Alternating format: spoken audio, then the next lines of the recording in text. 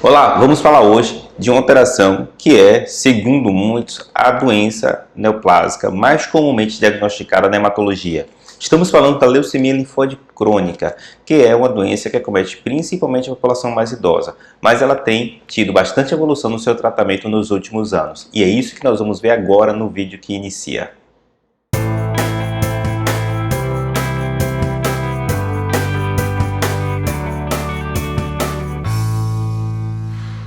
Olá, meu nome é Jeidson Cruz, sou hematologista, criador e editor do canal de hematologia Hemato na Web. Vamos ficar aqui mais algum tempinho, cerca de 10, 15 minutos, falando de algo importante e relevante acerca do mundo da hematologia ou da medicina de forma geral. E, desde já, quero agradecer todo o seu apoio que você tem dado, tem permitido o canal crescer de forma significativa e constante. E isso não seria possível, obviamente, se não fosse pelo seu apoio. Daí, meu agradecimento. E se você está passando aqui pela primeira vez ou não é seguidor do canal, considere se inscrever, pois assim a gente ganha importância e relevância nessa plataforma. Da mesma forma, se você gostar do vídeo, deixa o gostei, pois da mesma forma, vídeos como esse serão recomendados para você ou para outras pessoas também. A gente também está nas outras redes sociais e você pode seguir no link que eu vou deixar mais embaixo.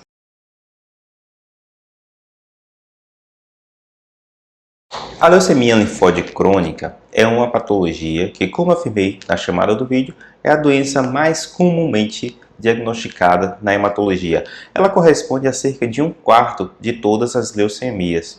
Então, ela é bastante frequente. E ela possui umas características bastante peculiares. E é exatamente sobre essas características que nós vamos ver no vídeo. Primeira coisa que a gente tem que ter em mente é que, por ser uma doença mais comumente diagnosticada em pacientes mais velhos, pacientes mais idosos, é com o envelhecimento da nossa população esperado, no futuro, um crescimento maior ainda dessa doença. Como é que ela se manifesta? Como ela se apresenta?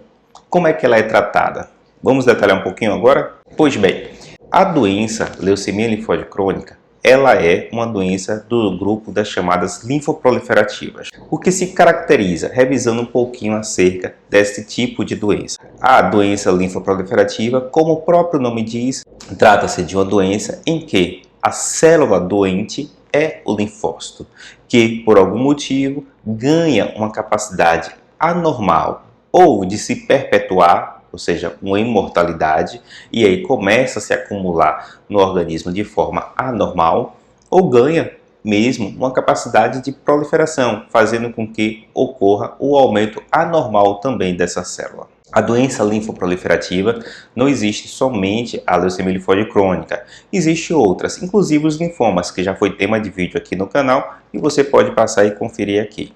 Mas é importante reforçar que, como eu afirmei, a leucemia linfóide crônica, também conhecida como LLC, é uma doença que é bastante frequente, a gente tem sempre diagnosticado no nosso meio, a nossa população está envelhecendo, então há uma tendência natural de aumentar ainda mais as taxas de incidência e de prevalência, e tem tido um avanço bastante significativo nos últimos anos, tanto na forma de diagnóstico, na forma de estratificação de risco, como também no seu tratamento. De sintomas, maioria das vezes, o paciente não tem nenhum sintoma para ter o diagnóstico. Isso mesmo.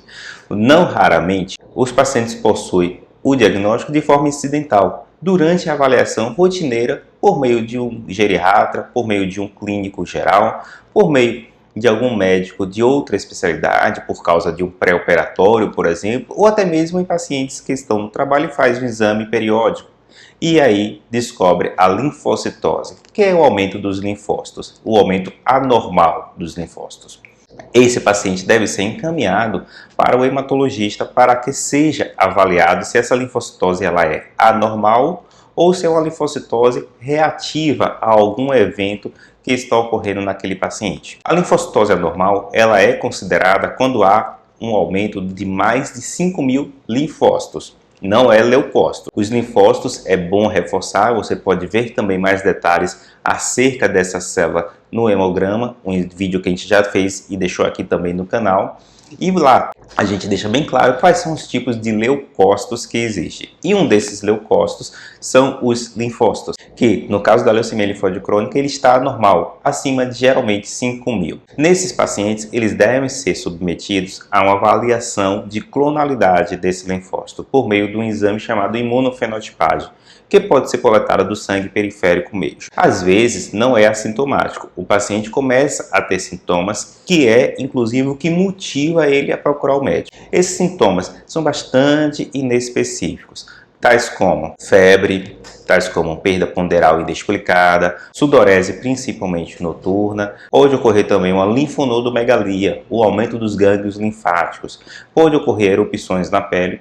Mas todos esses sintomas não são característicos da leucemia linfóide crônica, não são específicos da LLC, podendo ocorrer em outras doenças, e daí, mais uma vez, a necessidade do paciente ser encaminhado e avaliado por um hematologista para que seja concluído o diagnóstico. Uma vez concluído o diagnóstico, o paciente deve ser submetido a uma estratificação de risco.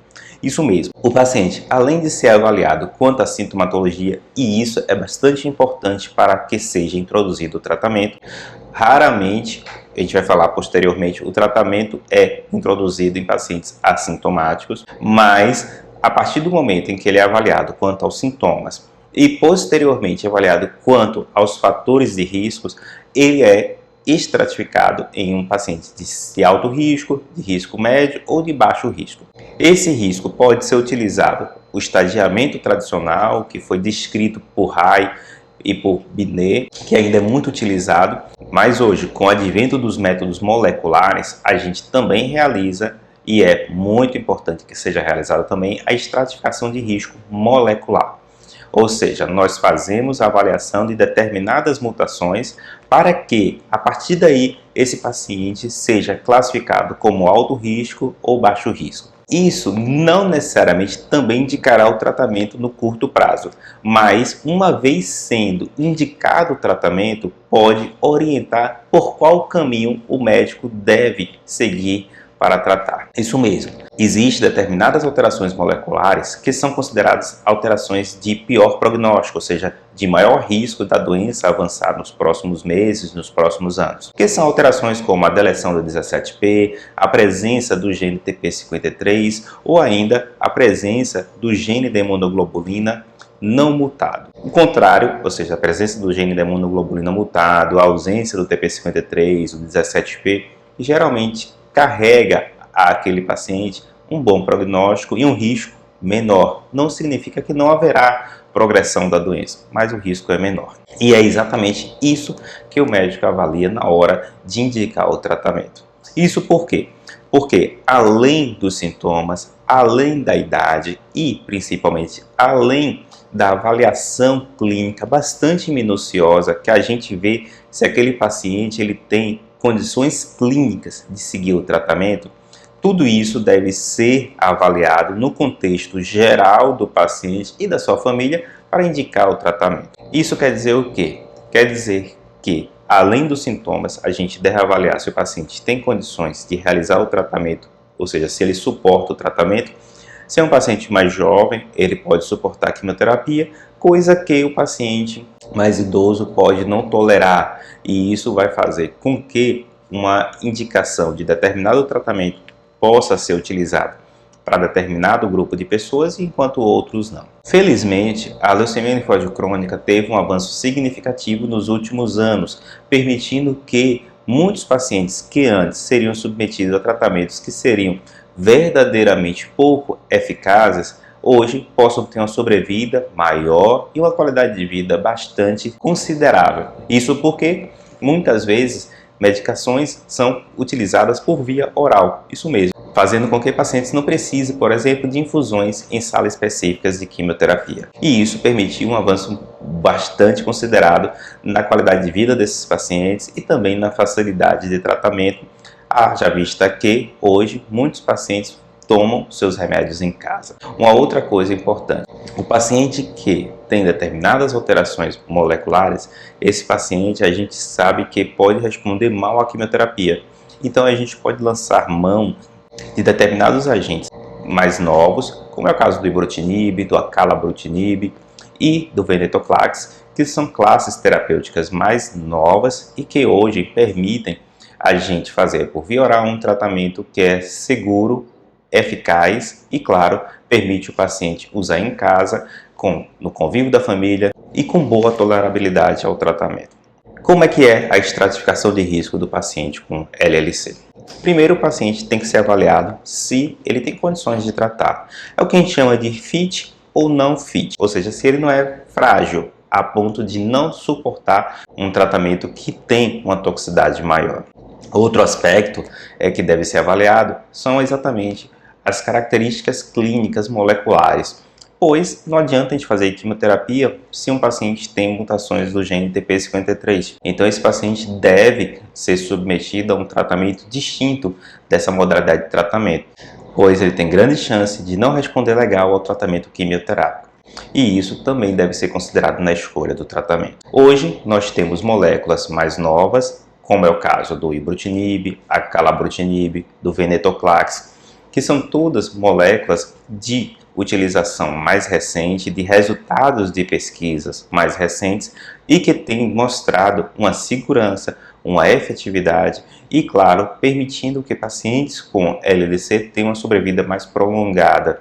E isso não somente baseado em dados de estudos, como também na vida prática, ou seja, na realidade que a gente tem acompanhado com os pacientes e tem notado isso. Claro que não são medicações isentas de eventos adversos. Todas elas são eventos adversos que podem ser perfeitamente manejáveis. Alguns pacientes se beneficiarão ainda de quimioterapia.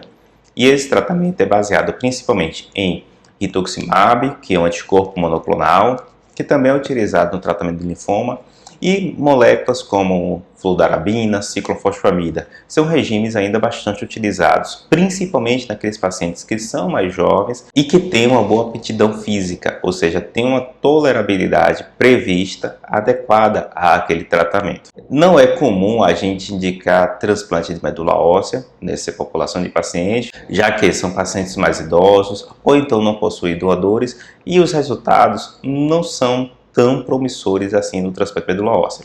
Há uma grande promessa que é o advento das CAR T-cells, e isso tem sido objetivo de estudos mais recentes e quem sabe daqui a alguns anos nós teremos essa modalidade de tratamento também para algumas doenças linfoproliferativas e, como eu falei, na própria LLC também. Uma coisa que é importante e a família do paciente portador de LLC, a gente sabe que muitas vezes esse linfócito, mesmo aumentado, ele não é funcional. E esse paciente traz consigo uma imunossupressão, seja por causa da própria doença ou por causa do tratamento também.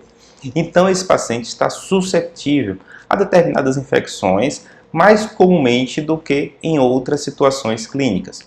Então a gente recomenda a imunização regular desse paciente, inclusive para vacinas como pneumococo, vacinas para herpes zoster. Por quê? Porque reduz de forma significativa a incidência dessas infecções nesse grupo de pacientes. E claro, a avaliação dos anticorpos, das imunoglobulinas, pois uma vez reduzidas, esses pacientes também poderão ter a necessidade de reposição desses anticorpos, também com o propósito de evitar infecções. E aí, você conhecia acerca da leucemia linfóide crônica e sabia da evolução que teve nos últimos anos? Você sabia também que a LLC ela corresponde a quase 1/4 das leucemias e que é a mais comumente diagnosticada nos pacientes idosos? Pois bem, a LLC tem bastante coisa, bastante dados recentes, e espero que você tenha gostado desse vídeo com um apanhado geral acerca da LLC e do seu diagnóstico e do seu tratamento.